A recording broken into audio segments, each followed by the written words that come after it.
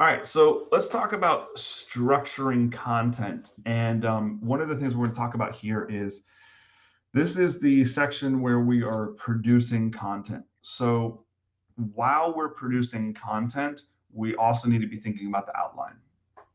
And the outline is probably the most important part about a piece of content.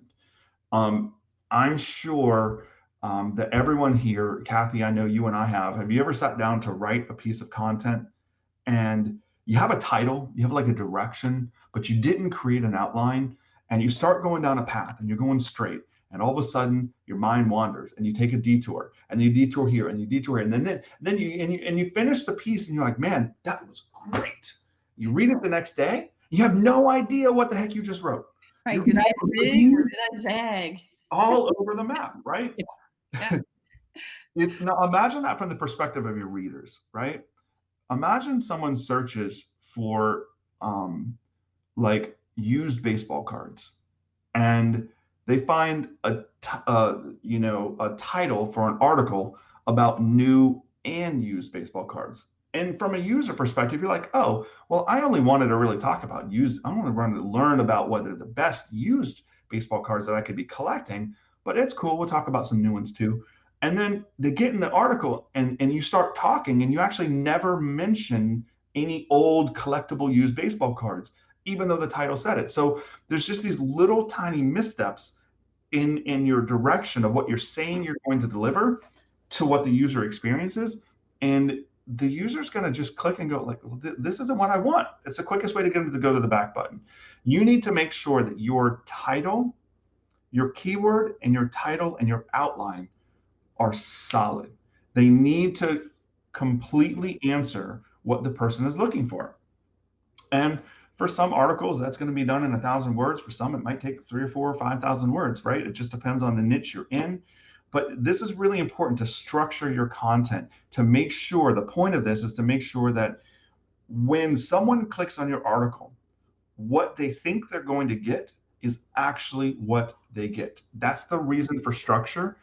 Or if any of you have ever taken like essay writing and English 101 and high school or college level, one of the first things they teach you is write down your title, then write your outline, and you don't start writing your article and or your paper until that outline's done. And it's the same thing here.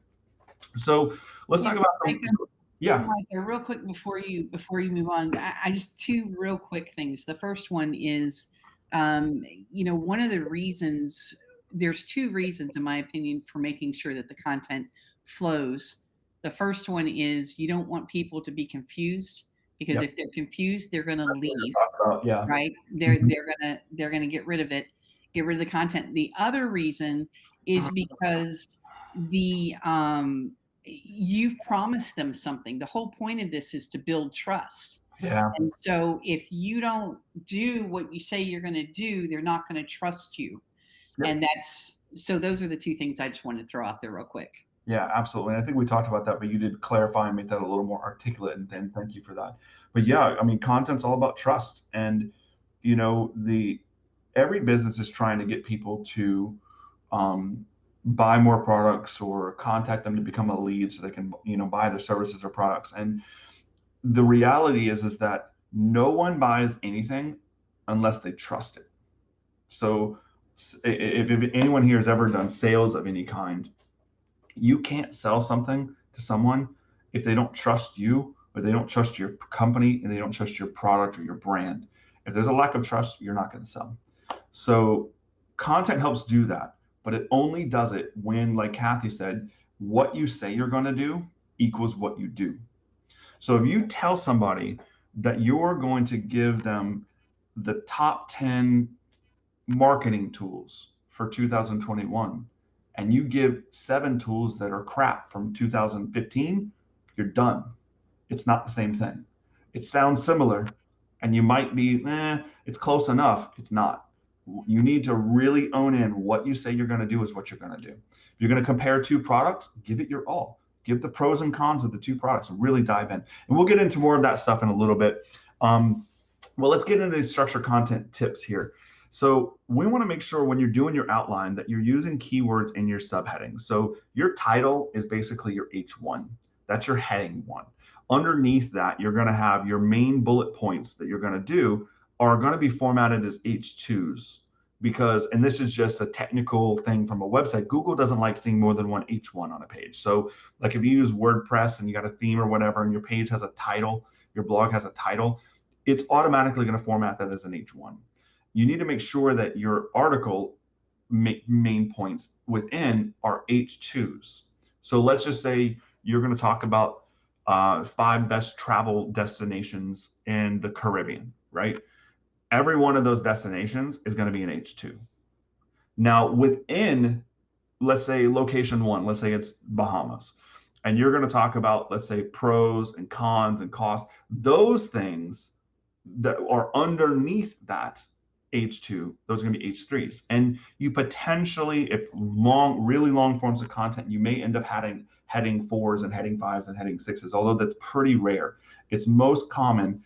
Every article should have some H2s, every single one of them. Most of them will end up having some H3s, but remember to treat H3s as a subtopic of the H2 that it's within. It's not a standalone subtopic. And make sure that that's a standalone subtopic. Then I want you to use a variety of subheadings, statements, questions, verses, things like that. So don't just type in like 1-2 word subheadings. You really need to be contextually aware. What are you talking about, right? Be specific. You want to make sure that you support your main points, but break up content after 2 to 3 paragraphs. So what that means is if you have an article currently and you've got two H2s in there, and between those two H2s you have like 6, 7, 10 paragraphs and 1,000 words, chances are you are shifting subjects slightly or talking about subpoints within it, but you're doing so without headings. So you want to make sure that you have headings in there. And from a formatting standpoint too, we want to make sure that we keep our paragraphs 1 to 2 sentences. Now, I know that we're going to talk about publishing. We're going to get back and do some checks here. But remember, this is the writing stage. So we are producing, we are creating the content right now. So it's better that we think a little bit of the formatting ahead of time so that we don't have to go back in and fix this stuff. Because if you write your article without a format, without paragraph breaks, without headings, you're going to have to do so much editing when it comes to for the publishing side. It's just going to be discouraging. So make sure that when you're writing, you keep this stuff in mind. So keep your paragraphs short, 1 to 2 sentences. Use unique phrases, but explain anything that's not obvious, such as acronyms. Make sure your content is visually digestible when scrolling. So the way we read today is a lot different than the way that many of us grew up reading books and novels, and you have a chapter and maybe there's a picture, maybe there's not, but there's a big font for your title for the chapter, and then the rest of the chapter, 20, 30, 40, 50 pages, is just paragraph, paragraph, paragraph, paragraph. No bolds, no italics, nothing. You get a few quotes here and there, but it's just paragraph font the whole way. Online, people don't read that way. We need to see some visual breakup. We need bold, we need italics, we need drop quotes, we need images, we need all of these things. And we're going to get into that a little bit more as we go. And we even have, like I said, we've got this visual map to kind of show you what that should look like. Or if you want, go to searchclickgrow.com/blog. Check out any of our blogs. They all follow this process, obviously. I hope we're following our own process, right? Oh, and it looks like online is a searchclickgrow.com/anatomy of a blog right there. That sounds like your phone was ringing there. The anatomy of a blog is that download, so that's there, and I think Carrie's going to put that in the comments here too.